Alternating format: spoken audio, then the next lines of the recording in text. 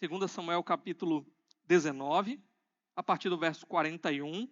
Se Deus nos permitir, nós vamos até o capítulo 20, verso 5. Então não são muitos versículos hoje. Quem achou, diga amém. Vamos ler apenas o verso 41 agora, tá? Deixe sua Bíblia aberta. Diz assim a palavra de Deus.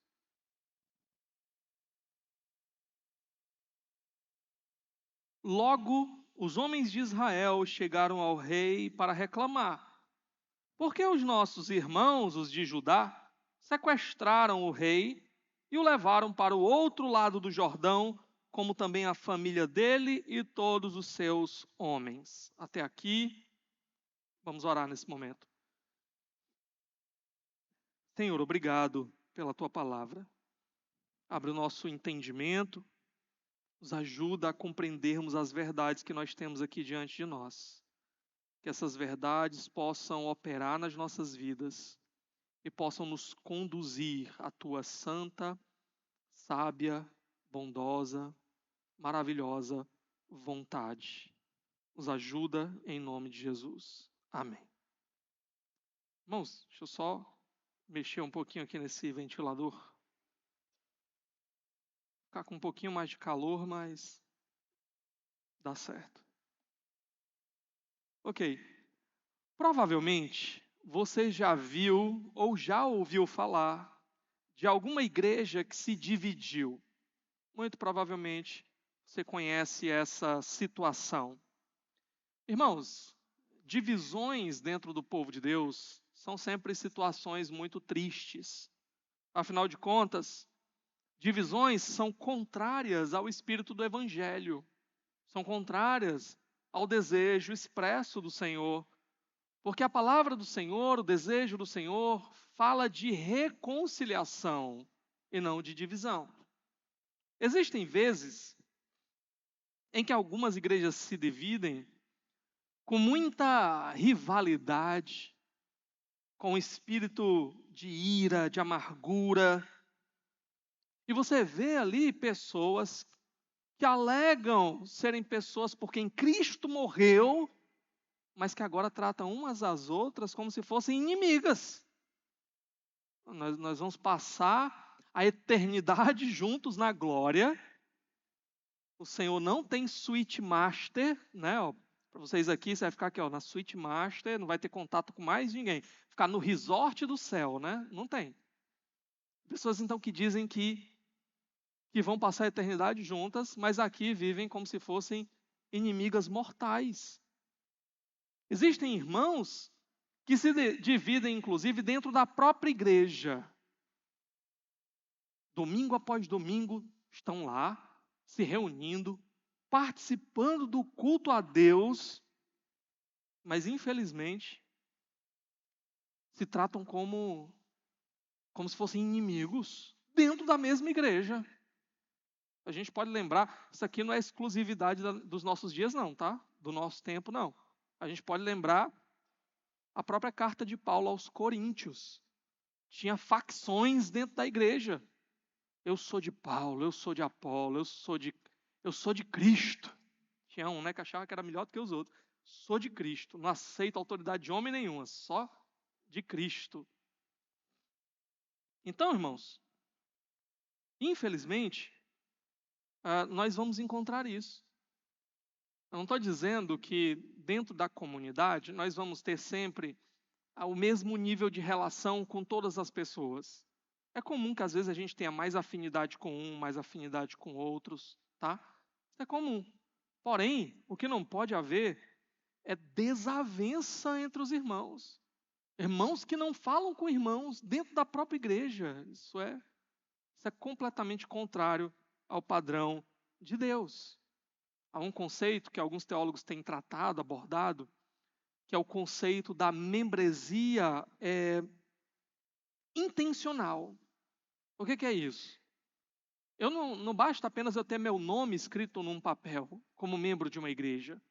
Eu preciso ser intencional no meu agir como membro.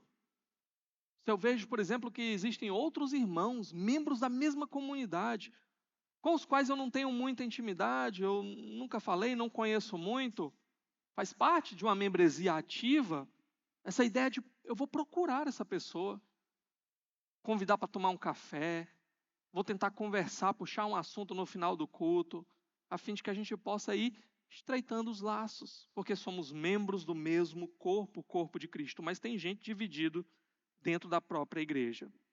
E hoje eu quero falar exatamente sobre esse tema das divisões, ok? E eu vou abordar duas questões aqui. Primeira, eu vou apresentar um dos motivos do porquê acontecem divisões. E eu acredito que esse é o principal motivo. E eu vou apresentar também os aproveitadores das divisões, tá? Vou falar sobre essas duas questões aí mais adiante. Mas antes, deixa eu resumir aqui para nós o que estava acontecendo, né? O contexto histórico aqui, porque já tem aí uns 2 domingos, né, que a gente não vem aqui para 2 Samuel. Então, deixa eu resumir para vocês o que estava acontecendo, para a gente poder entender esse texto aqui. Bom, primeiro, a gente viu que Davi teve que fugir de Jerusalém, porque o seu filho Absalão tentou dar um golpe de estado, tentou tomar o trono.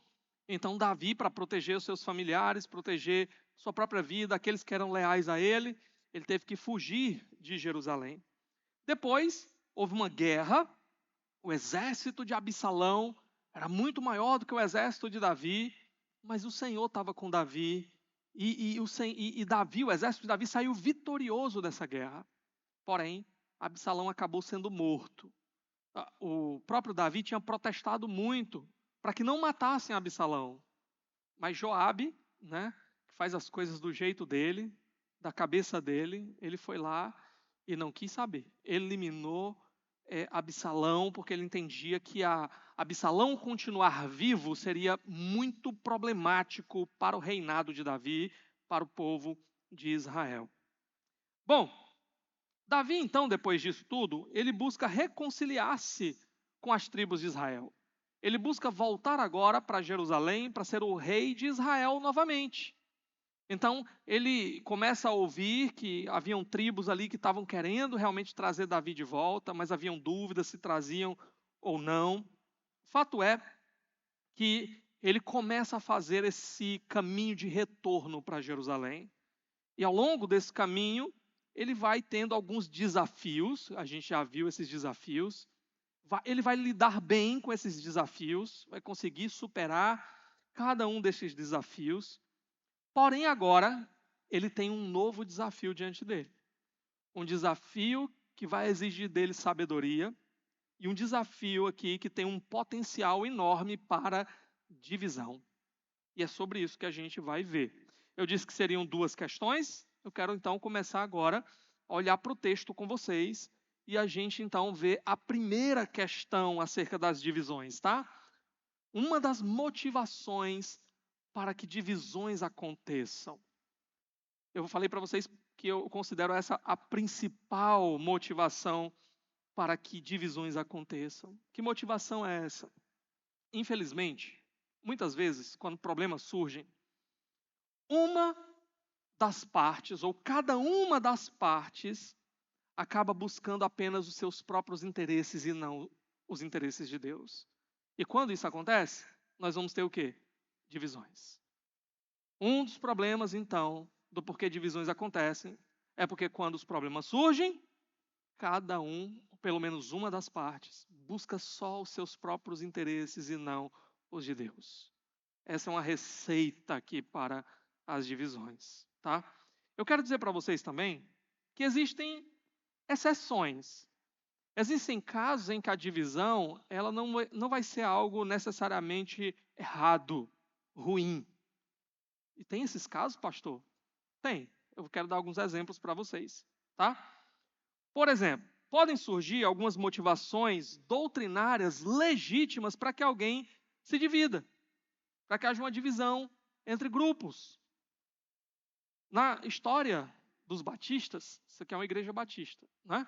Então, na história dos batistas, lá no início do século XVII, por exemplo, vai surgir uma divisão dentro de uma igreja congregacional chamada Igreja JLJ. Ela recebeu esse apelido por causa dos primeiros pastores daquela igreja, os 3 primeiros, né? Era o Lathrop, o Jesse e o... Qual era o outro, meu Deus? Esqueci agora. Mas enfim, Igreja JLJ, tá? E aí o que acontece? Essa igreja, ela teve um momento que ela começou a discutir o assunto do batismo. E era uma igreja congregacional que batizava bebês. Mas então um grupo de irmãos dentro daquela igreja começou a questionar, peraí, eu acho que não tem base bíblica para a gente fazer isso. E então eles começaram a pesquisar nas escrituras, a aprofundar essa discussão e chegaram à conclusão, olha, não é bíblico batizarmos bebês. Então esse grupo, ele acabou então tendo que sair dessa igreja, porque eles tinham um entendimento e uma prática diferente. Mas eles não saíram brigados, eles continuaram tendo comunhão com aquela igreja, continuaram considerando como irmãos, mas eles agora iam seguir como uma igreja diferente, seguindo seus próprios padrões doutrinários. Tanto é que depois essa própria igreja congregacional, ela acabou virando uma igreja batista também. E junto com essa que tinha saído primeiramente, e mais outras 5 igrejas, no total eram 7 igrejas, eles vão escrever a primeira confissão de fé batista de 1644. 7 igrejas juntas dizendo, olha, é isso que a gente crê. Ok? Então, nesse caso, por uma questão de convicção doutrinária, eles entenderam que o melhor era, de fato, aquelas 2 igrejas trabalharem separadamente, embora ainda considerando-se como irmãs e cooperando uma com a outra em alguma medida. Tá? Existem tipos diferentes de igrejas também. Nós vamos encontrar uma divisão aqui mais abrangente. Nós podemos dizer que existem igrejas verdadeiras e igrejas falsas. Normalmente nós chamamos essas igrejas falsas de seitas, ok? Às vezes uma seita ela é mais fácil de você perceber, porque ela vai ter ideias muito flagrantemente contrárias à palavra de Deus. Mas outras seitas elas vão ser um pouco mais difíceis de você perceber. Elas vão tentar parecer até evangélicas. Vocês dizem, olha, parece até uma igreja, né? Mas são seitas, porque defendem ideias contrárias a pontos fundamentais da fé. Daqui a pouquinho eu falo sobre essa questão dos pontos fundamentais, tá? Mas voltando aqui, então existem falsas igrejas e verdadeiras igrejas. Mas dentro do campo das verdadeiras igrejas, elas não são todas iguais. Você vai encontrar, às vezes, igrejas mais saudáveis, elas estão mais próximas daquilo que a gente encontra na palavra de Deus, tentando viver e aplicar os ensinos da palavra no seu dia a dia. E, às vezes, você vai encontrar igrejas menos saudáveis. Você ainda tem ali os elementos básicos da fé naquelas igrejas, mas elas estão, às vezes, um pouco distantes, às vezes muito distantes de um padrão bíblico de organização, de vida, etc. Okay? Então, elas ainda estão dentro do campo das igrejas saudáveis, porque nos pontos fundamentais você ainda encontra essas verdades ali, ainda tem povo de Deus ali, mas às vezes elas estão já bem afastadas da palavra, com risco, inclusive, de se tornarem falsas igrejas. Então, você tem esses 2 tipos de igrejas. E o caso é que, às vezes, nós vamos encontrar irmãos que estão em falsas igrejas, mas esses irmãos, de alguma forma, tiveram contato com a verdade da palavra, com o evangelho. Mas eles estavam já numa falsa igreja, eles continuaram lá naquela falsa igreja. Ou então, às vezes, ele está numa igreja não saudável. Ele começa a ver que a igreja está adotando práticas muito complicadas, práticas que destoam muito daquilo que a gente encontra na palavra de Deus. E aí, a grande questão é que esses irmãos, de repente, eles se veem numa situação em que eles não conseguem mais continuar ali. Ou porque eles percebem, eu estou numa falsa igreja, então eu tenho que buscar uma verdadeira igreja. Ou então porque eles olham para a situação e eles percebem, eu não tenho como mudar essa situação. Eu ainda vejo que tem crentes aqui, mas a coisa está caminhando muito rápido para longe da palavra de Deus. Eu não ocupo um papel de liderança, a minha voz foi silenciada, eu não consigo mudar esse quadro. Então, eu também não posso morrer espiritualmente. E se eu continuar aqui, eu vou morrer espiritualmente. Eu preciso procurar uma verdadeira igreja. Nós conhecemos aqui o caso da Igreja Batista Peniel, né? Muitos irmãos aqui, no início do trabalho, vieram da Igreja Batista Peniel, que acabou aqui na cidade, né? Mas, enfim, então eu quero só usar o exemplo dessa igreja para nós aqui. Embora tenha um nome batista, essa igreja nunca veio da tradição batista, tá? Saíram de uma outra denominação e botaram o nome batista. Mas, enfim, essa igreja, de repente, começou a introduzir práticas judaizantes dentro do seu culto, dentro da sua liturgia. Daqui a pouco, começaram a trazer até rabinos para pregar. Rabinos que não creem nem em Jesus como Messias. Começaram a questionar o Novo Testamento. Então, nota, era uma igreja verdadeira no início. Tinha crentes lá, tinha os elementos básicos da fé. Irmãos, alguns aqui nossos vieram dessa denominação e eram crentes de verdade. Mas elas começaram a se afastar. A tal ponto de que em determinado momento eles começaram a dizer que Jesus já não era mais Deus. Jesus era só um profeta. Dali a pouco, eles foram além e eles tiraram o próprio Novo Testamento. Agora, o Novo Testamento não era mais palavra de Deus. E eles terminaram virando o quê? Uma sinagoga. O homem que um dia se disse pastor, hoje é o quê? Ele diz que ele é rabino. Se você passar lá em frente, está lá o prédio no mesmo lugar, mas o nome agora é Sinagoga Beit Peniel. Casa Peniel. Ok? Então nota o processo. Será que então os irmãos que estavam dentro dessa comunidade, ao vê-la se desviar da fé, deveriam permanecer ali? Não, está virando sinagoga. Lembra que a carta aos Hebreus era o pessoal que queria voltar para a sinagoga, queria voltar para o judaísmo? E o autor de Hebreus disse: vocês estão querendo fazer uma loucura. Essa ideia de vocês é louca. É louca, absurda. Será que os irmãos que estavam lá, que eram crentes verdadeiros, deviam ter continuado até virarem sinagogas, se apartarem, negarem Jesus como Deus? Será que eles deviam ter feito isso? Ou no momento em que eles viram que a coisa estava se afastando, eles tinham que tomar uma decisão de procurar uma igreja saudável? Foi isso que muita gente fez. Então houve aí, em certo sentido, uma divisão. Pessoas saíram de lá em busca de uma igreja saudável. Foi um motivo legítimo para a parte que saiu, tá? Infelizmente, uma parte permaneceu endurecida nos seus próprios interesses, na sua própria visão distorcida da palavra de Deus. Agora, o mais comum nas divisões é o quê? Confusão generalizada. O mais comum é que a gente veja pessoas ali brigando umas com as outras, pessoas ali disputando posições de liderança. As motivações são a busca apenas dos seus próprios privilégios, seus próprios interesses. E no final, cada um vai para um lado, cada um organiza a sua própria igreja e trata a outra como uma rival, uma concorrente. Quem nunca viu essa cena, né? E o fato é tão esse, que quando você vai parar para olhar, para observar, você vai ver assim, ó. Era uma igreja, aí dividiu, virou duas igrejas. Aí você vai no culto numa, você vai no culto na outra, você percebe que é a mesma coisa.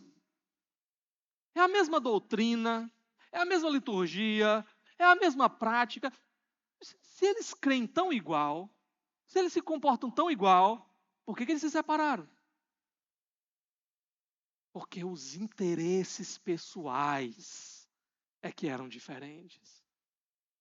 Eu quero ser pastor, eu quero mandar nesse ou outro. Não, eu é que sou o líder, Não, eu quero o meu lugar, eu quero a minha posição. E no final, divisão. Que coisa terrível, meus irmãos. Que coisa terrível. Ok? Mas é o mais comum que a gente encontra por aí.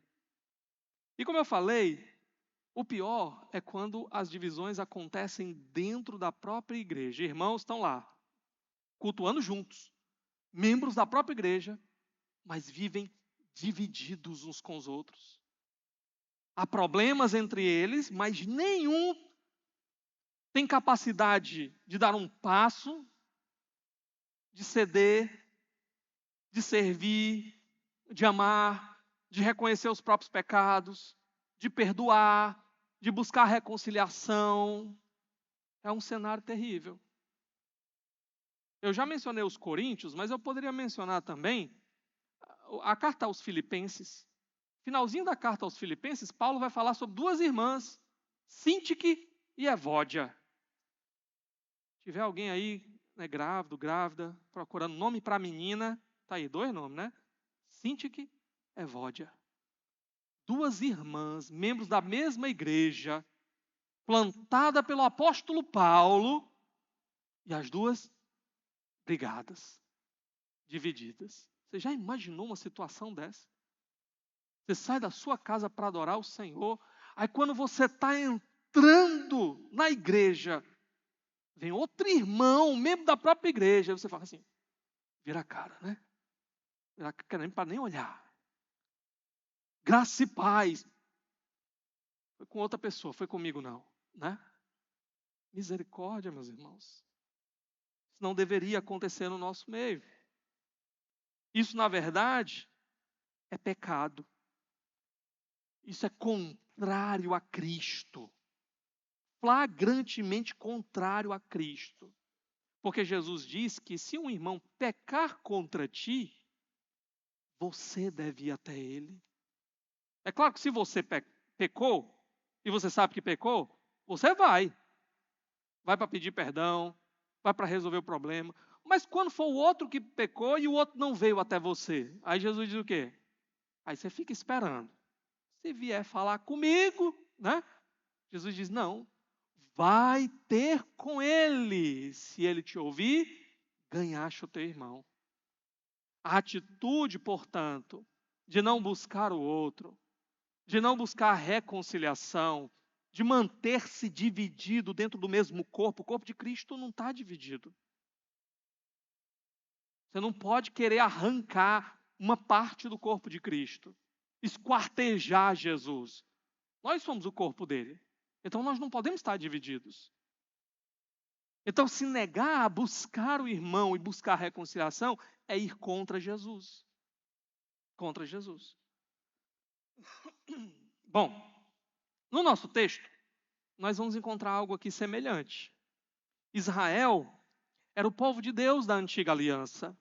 Israel deveria viver de uma maneira que trouxesse glória a Deus e que pudesse ser um padrão para os gentios, um padrão para as outras nações, de como era o povo de Deus vivendo em relacionamento uns com os outros e com o Deus verdadeiro. Mas vamos ver aqui o que acontece com Israel, tá? Olha o verso 41 novamente. Capítulo 19, verso 41. Diz assim: Logo, os homens de Israel chegaram ao rei para reclamar. Porque os nossos irmãos, os de Judá, sequestraram o rei e o levaram para o outro lado do Jordão, como também a família dele e todos os seus homens. Eu falei para vocês hoje que Davi estava voltando para Jerusalém. Davi ele mandou uma carta para sua própria tribo, que era a tribo de Judá, encorajando essa tribo a vir ao encontro dele. Davi disse assim, olha, as outras tribos já estão se questionando e buscando fazer com que eu volte a ser o rei. Será que a minha própria tribo, a tribo de Judá, vai ser a última a buscar reconciliar-se comigo? E o pessoal de Judá foi. E chegou lá, Davi estava de um lado do Jordão, eles do outro, eles fizeram toda uma espécie de cerimônia, como se fosse ali o recebimento de Davi, o rei voltando, ele atravessando ali os vãos do Jordão. Ok? Aí um problema começa, Porque naquele momento, as outras tribos ainda não tinham chegado.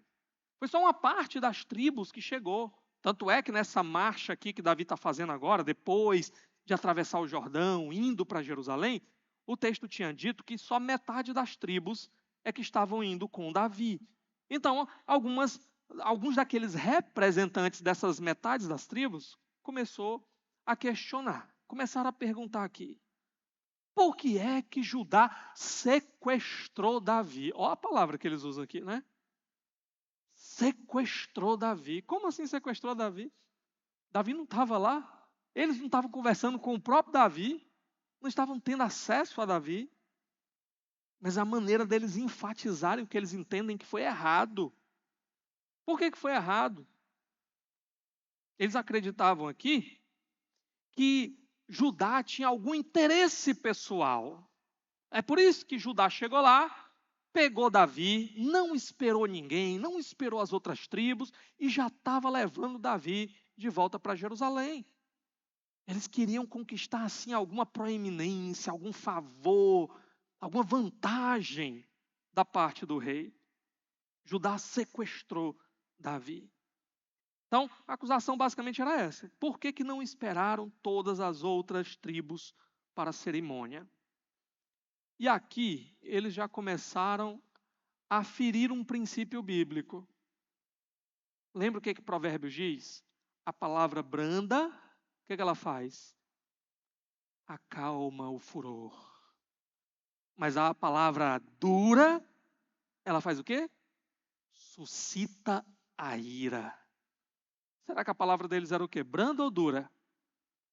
Será que eles chegaram simplesmente para perguntar assim, olha, gente, não era melhor a gente ter esperado as outras tribos, não?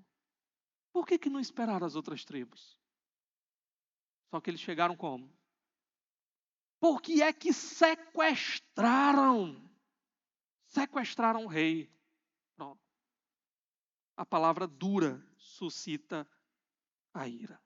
Ok? Bom, vamos ver qual é a resposta aqui da tribo de Judá. Olha comigo o verso 42. O texto diz assim: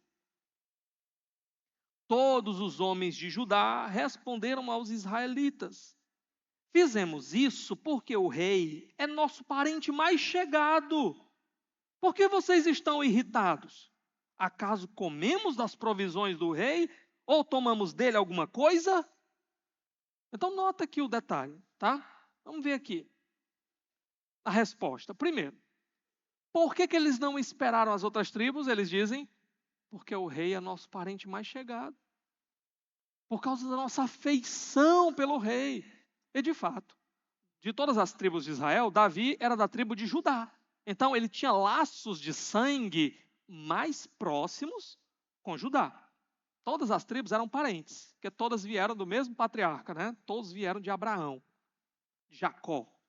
Mas, no caso aqui de Davi, a de Judá era ainda mais próxima, era um parente ainda mais perto. Então eles estão dizendo, olha, nós somos parentes de sangue. E aí eles rejeitam também uma acusação de querer alguma vantagem. Quando eles dizem, por acaso, nós pegamos alguma coisa do rei? A gente tomou alguma coisa do rei? Qual foi a vantagem que a gente alcançou aqui? O que foi que a gente tomou aqui de vantagem pessoal? Então essa é a resposta. Porém, por outro lado, ao lançarem mão dessa questão de serem do mesmo sangue de Davi, o que eles estão fazendo também é dizendo o seguinte, ó, deve ter um tipo de favoritismo sim aí, porque nós somos mais próximos, nós somos mais chegados, né? Bom, a questão é, como é que as demais tribos vão responder a essa resposta, né? Responder a resposta, né? Como é que eles vão dar a tréplica, tá? Olha comigo aí o verso 43. Diz assim: então os israelitas disseram aos homens de Judá: somos 10 com o rei, e muito maior é o nosso direito sobre Davi do que o de vocês. Por que nos desprezam? Nós fomos os primeiros a propor o retorno do nosso rei. Dá uma pausa aí, tá? Vamos olhar aqui alguns detalhes. Primeiro, eles vão dizer que, apesar de não terem o mesmo sangue de Davi, não ter a, a mesma proximidade sanguínea que o pessoal de Judá, eles tinham uma vantagem. Não era apenas uma tribo contra a outra. Não era Judá contra Benjamim, por exemplo. Davi ia ser rei de 12 tribos. Então, nesse sentido, eles tinham muito mais direito sobre Davi do que Judá, que era apenas uma. Ele diz, nós somos 10. E se você prestou atenção, você deve ter percebido o seguinte, ó, não tem alguma coisa errada nessa conta, não. Né? Nós somos 10 tribos, vocês são só uma, de Judá. Dá 11, né? Mas são quantas tribos? 12. Está faltando o que aqui? Eles não dizem qual é a tribo que está faltando. Mas a tribo que está faltando aqui é a tribo de Levi. Por quê? Porque os levitas, eles não tinham recebido do Senhor, na partição das terras, um território específico. Eles viviam entre os israelitas, porque eles eram sacerdotes de Deus. Então, eles viviam entre as demais tribos para servir a Deus ali naquele lugar e servir aos moradores da tribo que ficassem ali. Ok? Então, você tinha aqui essa questão, por isso que provavelmente essa tribo ela não é contada na questão aqui. Tá? Agora, a grande questão que eles estão dizendo aqui é: nós temos mais direito do que vocês, porque nós somos a maioria. Nós somos muito maiores em número. Então, nós temos mais direito ao rei do que uma só tribo. Por que vocês não esperaram as outras? Outra questão. Essas tribos aqui, elas entendem que elas foram desrespeitadas. Elas foram aqui desonradas, okay? Desprezadas. Se a gente voltar para o verso 43, ele diz, finalzinho, por que nos desprezaram? Por que nos desprezam? Então é mais um argumento que eles utilizam aqui. O fato deles não terem esperado todas as tribos chegarem, Judá não ter esperado, aquelas tribos se sentiram ofendidas, dizendo o seguinte, olha, é como se vocês tivessem descartado a gente. Não, precisa dessas outras tribos, não. Importante é que nós estamos aqui. Judá está aqui, isso basta, isso é suficiente. Então eles se sentiram desprezados. E ainda tem um outro argumento que eles usam. Eles alegam também que eles agiram antes de Judá. Antes que Judá buscasse Davi, eles já estavam procurando Davi. Já estavam interessados em Davi voltar.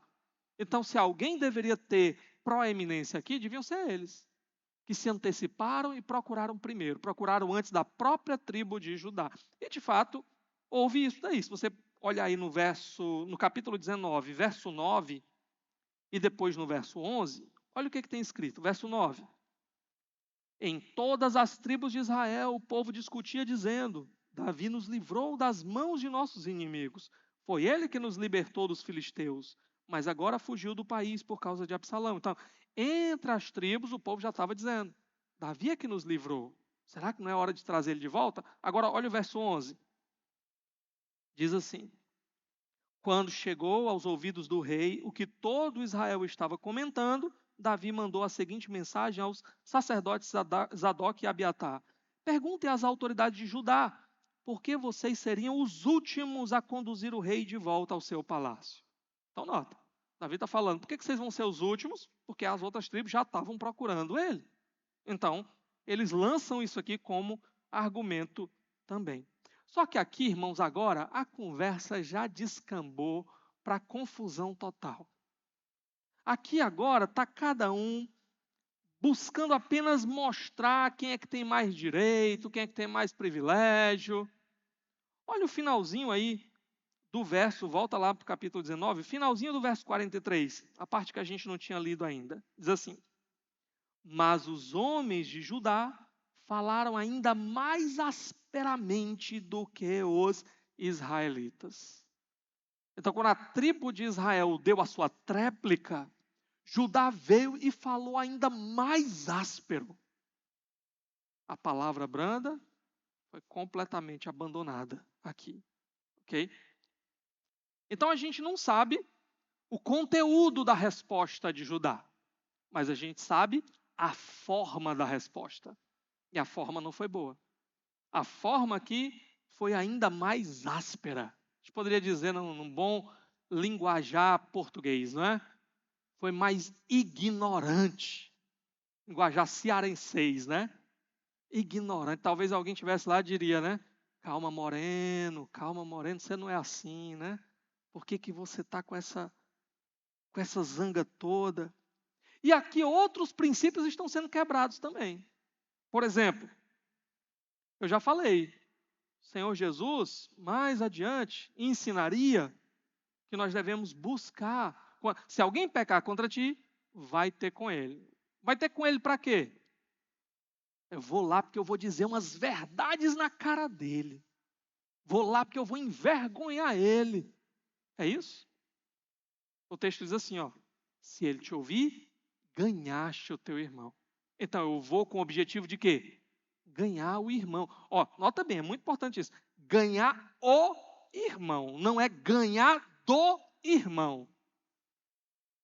Porque tem gente que só quer ganhar do irmão, né? Mas não resolve nada.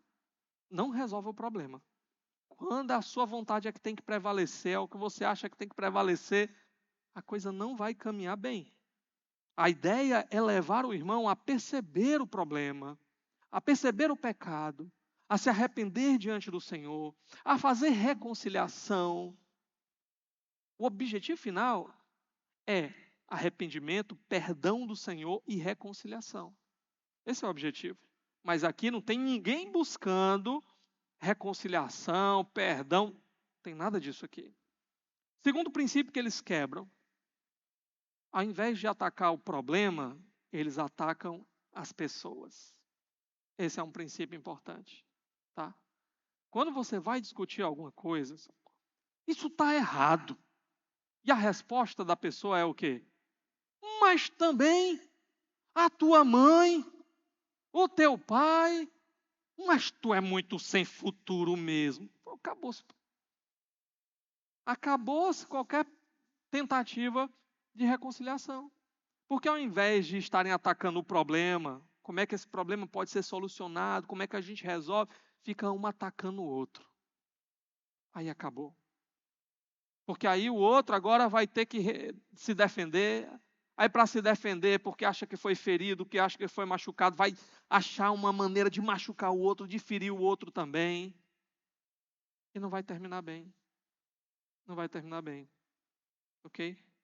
Quando você não ataca o problema, mas a pessoa, aí você arruma outro problema.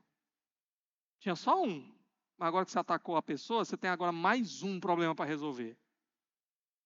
E não dá para se reconciliar assim. Então notem, meus irmãos, todo mundo aqui está procurando só os seus próprios interesses. Só como é que eles podem ter vantagem. Como é que eles podem estar mais perto de Davi, serem mais honrados, mais prestigiados. Ninguém aqui está procurando reconciliação, resolver o problema. E a questão é que nós temos aqui o ingrediente perfeito para divisão. Como é que essa confusão vai terminar? Aqui a gente vai entrar na segunda questão, tá? Mas vamos agora ver os aproveitadores.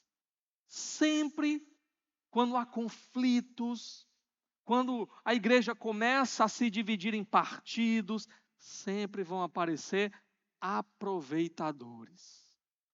Homens mal intencionados, querendo se aproveitar do pecado da igreja para buscar vantagens pessoais. E assim eles vão tentar contribuir com as divisões. Mas eles vão contribuir com essas divisões entendendo que eles vão levar vantagem no processo. Eu não sei se você já ouviu, mas tem gente que diz assim, olha, toda crise é uma oportunidade. Toda crise é uma oportunidade para você ganhar alguma coisa. Exemplo, quando teve a pandemia, o pessoal que vendia álcool em gel, né? Vendeu pouco ou vendeu muito? O preço do álcool em gel permaneceu o mesmo? Foi lá? Né? Então, é uma crise mundial. Mas você tinha o que ali? Pessoas lucrando, né? Ganhando dinheiro no meio da crise, uma oportunidade. Empresas aí que fabricavam álcool em gel, né? Aproveitaram para vender o que tinha no estoque, o que não tinha. Enfim, a questão é que existem esses aproveitadores também, que veem nas divisões oportunidades de crescerem, se beneficiarem. Vamos olhar aqui o capítulo 20, verso 1. Olha o que diz. Também estava lá, no meio dessa briga, dessa confusão, um desordeiro chamado Seba, ou Sebá, filho de Bicri, de Benjamim. Ele tocou a trombeta e gritou: não temos parte alguma com Davi, nenhuma herança com o filho de Jessé, para casa todos, ó Israel. Vamos olhar aqui alguns detalhes, tá? Primeiro, quem é esse Seba, ou esse Sebá? Eu vou chamar de Seba, tá? Filho de Bicri. O autor faz questão, desde o início, que a gente não simpatize com esse camarada de jeito nenhum. Então, ele já começa chamando ele de quê? Na minha versão diz desordeiro. Ó, tinha lá no meio desse pessoal que estava brigando, um desordeiro. Irmãos, a palavrinha hebraica por trás aqui desse desordeiro é uma palavra que já apareceu em outros lugares, tá? Palavra que vocês já devem conhecer e devem lembrar. A palavra Belial. Lembra lá quando fala assim, ó, os filhos de Belial? Pronto. Pois é a mesma palavra usada aqui. Essa era uma palavra usada para descrever o pior tipo de gente que você possa imaginar. É uma palavra usada para falar de Nabal, o tolo Nabal. Pronto, ele era como um filho de Belial. É uma palavra usada para descrever aquele pessoal que violentou, lá no final dos Juízes, né? Violentou a concubina do levita. Eles eram chamados de quê? Filhos de Belial. Pronto. Pois esse Seba aqui é um filho de Belial. É a palavra usada para ele. Ao dizer isso, o que o autor está dizendo para nós? É um cara que não presta para nada. Então, desde o começo, ele já está alertando. Não vá simpatizar com esse camarada, não, porque ele não é flor que se cheire. Não é gente boa. Bom, o que mais? Ele se aproxima aqui e se aproveita dessa confusão para tentar tomar a liderança. Ele toca uma trombeta. Então imagina, tá confusão medonha, o povo brigando, ele chega lá e turô, né? Toca um apito lá.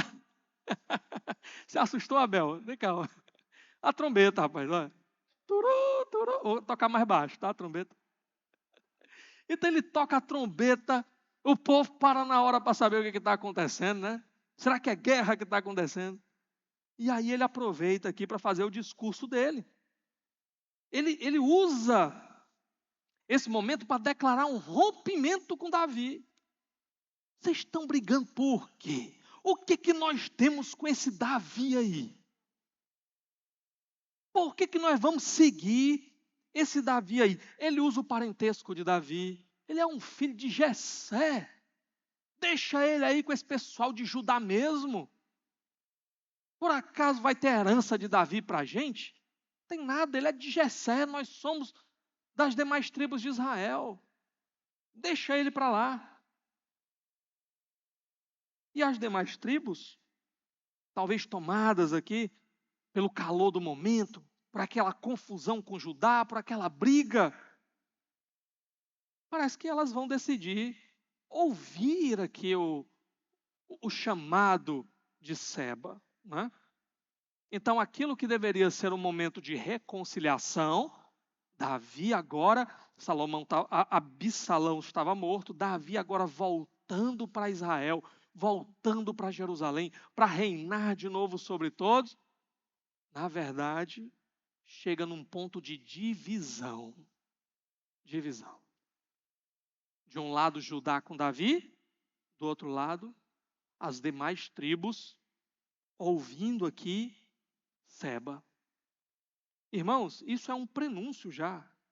Tem palavras aqui que vão ser utilizadas depois, mais à frente na história bíblica aqui, de uma divisão que vai acontecer mesmo. Vai ficar Judá de um lado, as tribos de Israel do outro, e eles vão se dividir de vez. Inclusive, essas 10 tribos de Israel, a gente não sabe muito bem nem o que aconteceu com elas. Tá? O reino do norte e o reino do sul. O reino do norte sendo levado cativo e o reino do sul perseverando como o povo de Israel. Okay? Mas voltando aqui, olha o verso 2. Então, todos os de Israel abandonaram Davi para seguir Seba, filho de Bicre.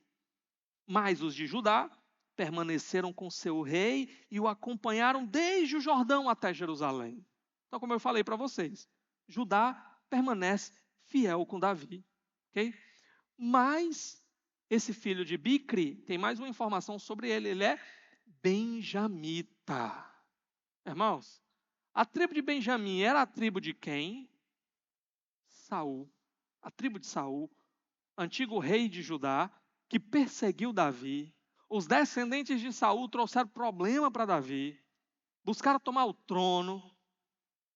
E agora tem mais um aqui. Outro benjamita, aspirante ao trono de Israel, parente de Saul. Esse camarada aqui é, portanto, agora uma ameaça, tá? Ele se faz líder de Israel e é uma grande ameaça. Davi acabou de sair de uma contra Absalão e está entrando em outra aqui contra Seba. Não é? Bom, o texto continua. Olha o verso 3. Quando Davi voltou ao palácio em Jerusalém, mandou confinar numa casa sob guarda as 10 concubinas que tinha deixado tomando conta do palácio. Ele as sustentou, mas nunca mais as possuiu. Ficaram confinadas, vivendo como viúvas até a morte. Pronto. Davi chega em Jerusalém. Isso aqui deveria ser o clímax, o momento alto. Era para a gente estar lendo agora sobre festas, celebrações, o povo na rua comemorando. O rei chegou de volta. Talvez tenha tido uma recepção lá para Davi. Só que diante da divisão que aconteceu com as outras tribos, tudo isso é apagado. O autor nem traz informações para nós sobre isso. Então, que ao invés de um clímax, nós temos um anticlímax. O que é mencionado aqui são as viúvas de Davi. Davi chega lá, as suas concubinas, né? São procuradas por ele. Isso nos lembra o pecado de Absalão. Isso nos lembra a profecia de Natã. Natã tinha dito, né? Olha, Davi, aquilo que você fez escondido com a mulher de Batseba será feito às claras. E Absalão foi lá e fez isso às claras com as concubinas de Davi. Davi não imaginava que ele seria capaz de fazer aquilo. Ele fez isso com essas mulheres. Foi uma desonra, um rompimento profundo com Davi. Lembra também o pecado de Davi, porque isso só aconteceu por causa dos pecados de Davi. Mas agora, isso dá um novo tom para nós. O tom agora é o quê? Quando Absalão fez aquilo, aquilo era uma prova de que Davi era incapaz de reinar. Um rei que não era capaz de cuidar nem das suas próprias mulheres, como é que ia ser capaz de cuidar da nação de Israel? Lembra que a figura do rei com a nação era como a de um casamento. A nação era descrita como se fosse a noiva e o rei o noivo. Só que agora Davi está voltando e está dizendo, eu sou capaz de cuidar das mulheres. Eu sou capaz de voltar de fato, de assumir de novo o trono dessa nação. Então ele cuida delas. Mas apesar desse cuidado, há consequências aqui, irmãos, que não são apagadas. Aquilo que Absalão fez com essas mulheres trouxe consequências na vida delas para sempre. Elas agora não são tratadas novamente apenas como concubinas, elas agora são viúvas.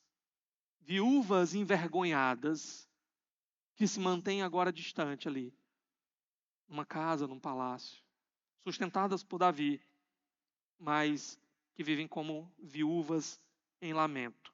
Ok? Bom, Davi cuida então das viúvas, ele pode cuidar do povo, mas tem um novo inimigo na parada. E algo precisa ser feito, e de maneira urgente, com relação a esse inimigo Seba. E o que é que Davi vai fazer? Olha agora os versos 4 e 5. Olha o que o texto diz. Os nossos últimos versículos da noite, tá? E o rei disse a Amasa: convoque os homens de Judá, e dentro de 3 dias apresente-se aqui com eles. Mas Amasa levou mais tempo para convocar Judá do que o prazo estabelecido pelo rei. Vamos olhar aqui alguns detalhes. Davi chama seu novo comandante. Antes o comandante era Joabe, sobrinho de Davi. Mas depois que Davi voltou, ele decidiu colocar quem? Amasa no lugar. Lembra que Amasa também é parente de Davi, mas Amasa, ele era o comandante do exército de Absalão. Então alguns entendem que essa foi uma maneira de Davi mostrar o quê? Olha, demais tribos de Israel, embora vocês tenham se voltado contra mim, eu recebo vocês de volta. Eu estou pronto para me reconciliar. Inclusive, vou botar até a Amasa aqui na liderança do exército. É claro que também talvez tenha sido um jeito de Davi punir Joabe também. Por Joabe não ter ouvido a sua ordem de não matar Absalão. E Joabe foi lá e matou. Então, seria a maneira aqui de tirar Joabe do cargo, né? Então, Davi chama Amasa, ok? A ordem é clara, reúna o exército. Reúna o exército de Judá. Por quê? Porque ele tem que perseguir Seba o quanto antes. Antes que Seba consiga chegar a uma cidade fortificada, e aí a batalha seria muito mais difícil, muito mais demorada. Isso nos lembra também o conselho de Aitofel. Lembra o conselho que Aitofel deu para Absalão?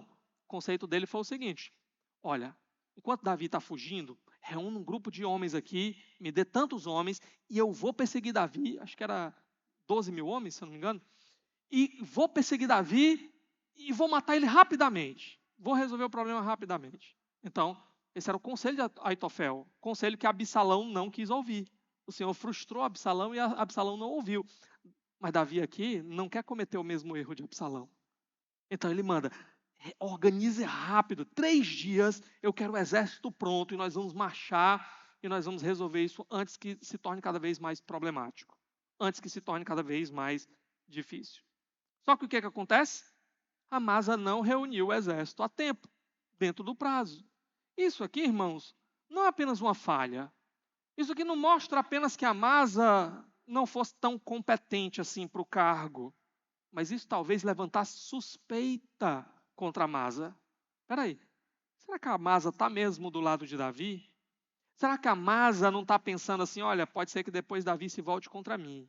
Está aproveitando esse momento aí para mostrar paz, mas depois ele vai me punir. Então eu vou dar tempo para o inimigo se organizar, se preparar e Davi aí se prejudicar. Então aqui surge uma suspeita, ok? E será que é isso mesmo ou será que não é?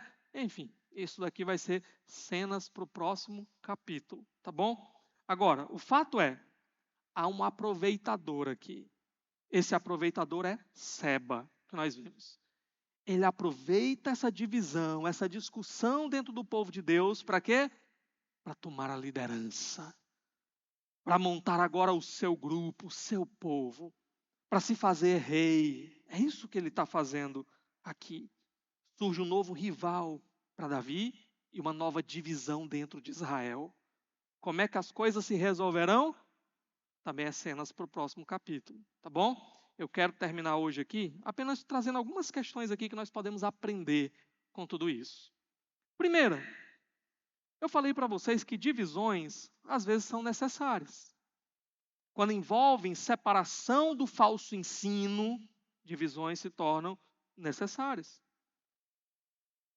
É interessante que quando a Bíblia fala de falsos mestres, falsos profetas, ela vai dizer assim, olha, com os tais, nem ao menos vocês devem comer. Ela mostra uma linha muito clara de divisão. Não se misturem com esses. Não sigam os conselhos desses. Não vão atrás deles. Saíram dos nossos porque não eram dos nossos. É isso. que a palavra de Deus coloca. Às vezes divisões são necessárias. Como eu falei, pessoas que estão em falsas igrejas, em igrejas não saudáveis, devem permanecer lá com fome da palavra, tendo que aturar desvios espirituais. Não. Elas devem procurar uma igreja verdadeira, uma igreja saudável, uma igreja séria, uma igreja focada na palavra, onde ela possa se alimentar da palavra. Eu não lembro quem foi que disse, não sei se foi Paul Washer ou se foi o John MacArthur, mas um deles disse o seguinte: não procure uma igreja próxima da sua casa, procure uma igreja próxima da palavra. Porque às vezes você pode encontrar igrejas próximas que estão longe da palavra. E às vezes vale a pena andar um pouco mais. Vale a pena se desgastar um pouco mais. Mas desde que no final você encontre a palavra, o alimento da sua alma. Eu conheço um irmão, eu acho que ele é de Guiné-Bissau. Ele é de Guiné-Bissau. E ele mudou para São Paulo. O Abel conhece também. O Midana. E eu soube que quando ele chegou lá em São Paulo, ele gastava cerca de 3 horas para chegar na igreja dele. Pegando metrô, ônibus, ele não tinha carro não, tá? Cerca de 3 horas para ir e depois 3 horas para voltar. Ele foi congregar lá na igreja do pastor Luiz Saião, porque ele entendeu que lá tinha palavra. Será que não tinha igreja mais perto da casa dele? Devia ter muitas. São Paulo é muito grande. Mas ele entendeu. Olha, eu sei que ali tem alimento, tem palavra. Então é para lá que eu vou. Não interessa quanto tempo eu vou gastar aqui, não é? Então, quando igrejas viram seitas, quando igrejas perdem a centralidade na palavra, quando elas começam a ser guiadas por pastores desqualificados, porque não seguem os padrões da própria palavra, homens que mais se parecem com gurus do que pastores. Os pastores, eles cuidam de um rebanho que eles sabem que não é deles. O rebanho tem um supremo pastor, que é o Senhor. O guru não.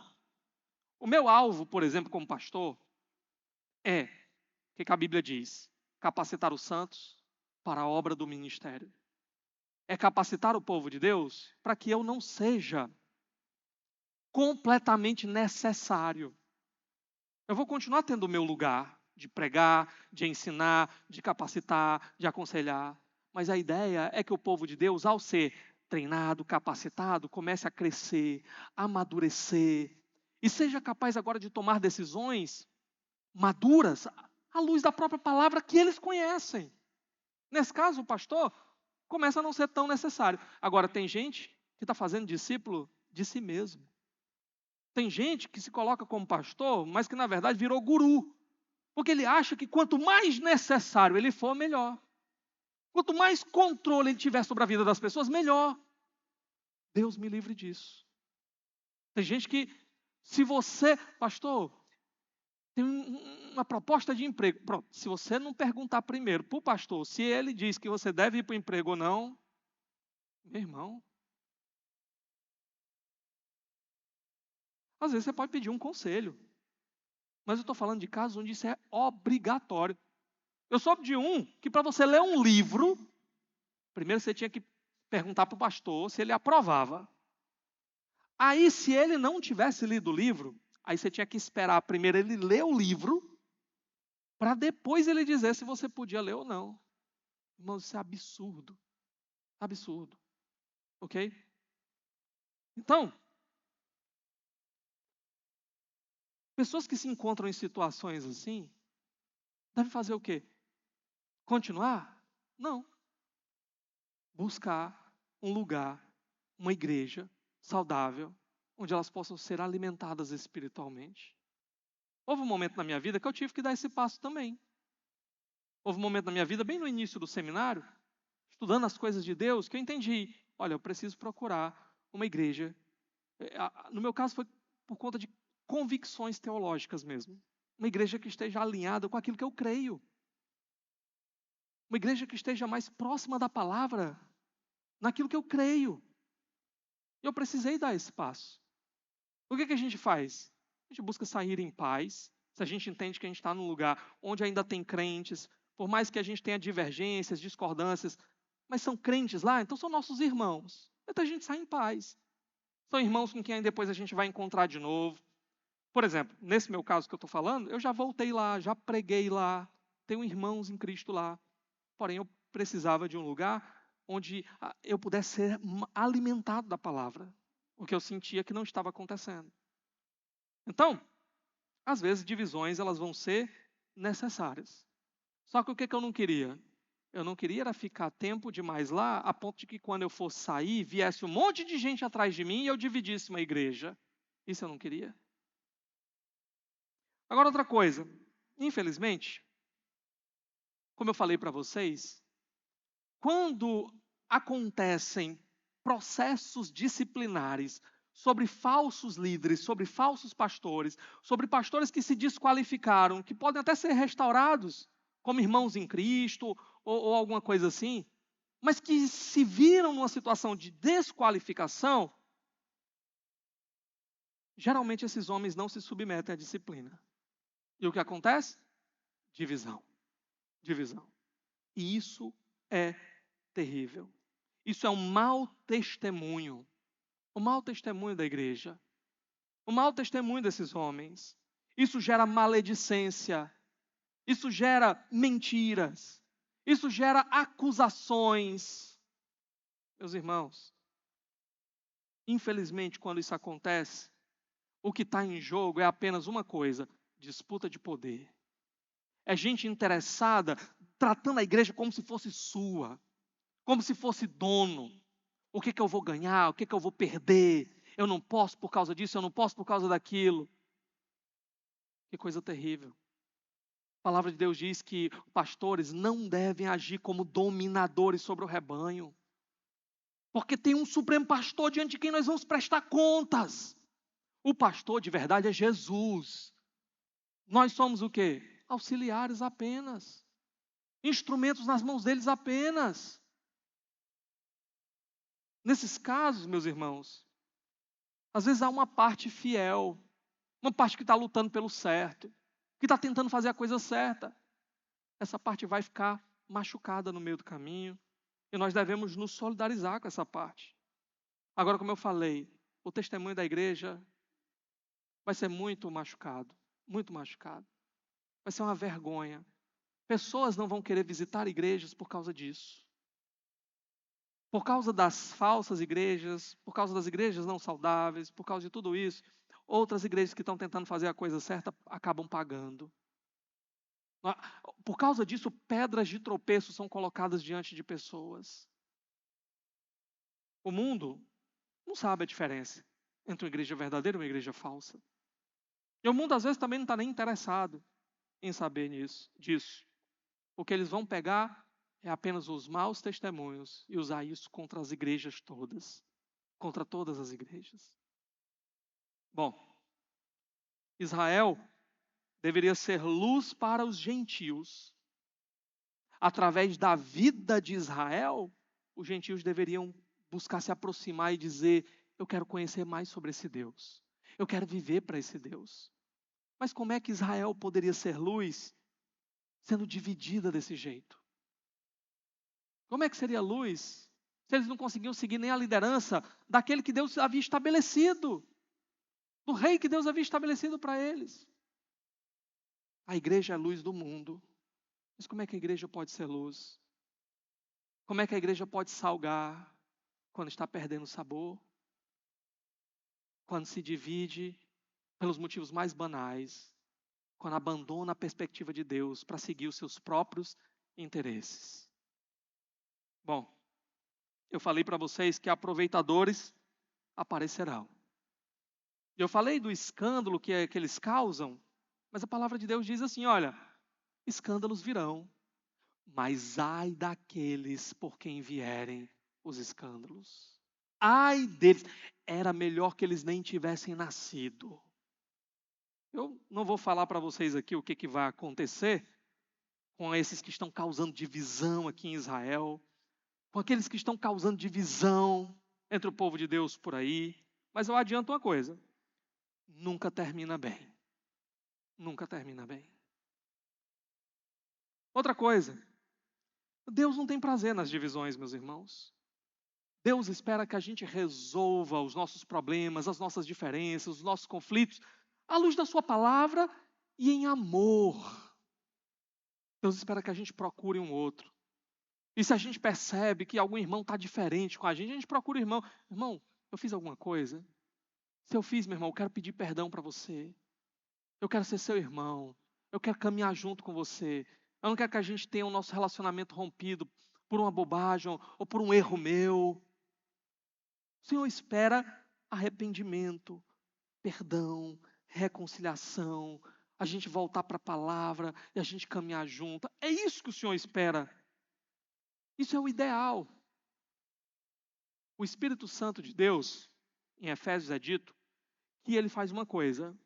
Ele constrói um vínculo entre nós, que ele chama o vínculo da paz. É o Espírito Santo que faz um ajuntamento, ele nos une. E ele constrói paz entre nós, harmonia entre nós. Quando Cristo foi para aquela cruz, ele foi para quê? Para criar um povo para ele. Não foi para cada um sair do seu jeito por aí, não. Reunir um povo para ele. Um povo que estaria tão unido com ele, uns com os outros, que são chamados de corpo de Cristo. Corpo de Cristo. O Senhor está construindo um povo. Cristo derramou sangue precioso. Nós deveríamos passar a eternidade sofrendo juízo por causa dos nossos pecados. Jesus tomou o nosso lugar, o juízo caiu sobre ele, para que nós pudéssemos fazer o quê? Para que nós pudéssemos ser aproximados, pudéssemos ser feitos filhos, família de Deus, povo de Deus, propriedade adquirida por alto preço, o sangue de Jesus. Jesus morreu para produzir unidade em nós, não divisão, unidade. O Espírito produz unidade, constrói o vínculo da paz. Nós não produzimos unidade. Sabe o que a gente faz? A gente luta para manter a unidade que o Espírito produz. A gente luta para se arrepender dos nossos pecados, para a gente não ser um problema para os outros. Infelizmente, sempre a culpa é do outro, né? Nunca é nossa. Não. O Espírito Santo vai abrindo os nossos olhos para a gente perceber o quê? Ó, meu irmão, você precisa mudar. Você precisa se arrepender. Você precisa começar a ver onde é que você tem falhado. Para quê? Para que a unidade aconteça. Para que a unidade seja mantida. Essa unidade que o Espírito está produzindo. Meu desejo, a minha oração hoje aqui, irmãos, é que nós possamos nos esforçar. Que a gente valorize o sacrifício de Cristo, que morreu para nos fazer o seu povo. Que nós não sejamos instrumentos nas mãos de Satanás para produzir divisão, contenda, para ferir outras pessoas, para alimentar amargura, para alimentar facção dentro da igreja. Pelo contrário, que você possa olhar para cada um que está sentado aí perto de você, possa ver, o Senhor me colocou nessa família, o Senhor aproximou para mim irmãos. Me dá graça, Senhor. Me dá graça para honrar o teu sacrifício e viver com os meus irmãos. Isso é instrumento na vida deles de graça, de bênção do Senhor. Vamos orar?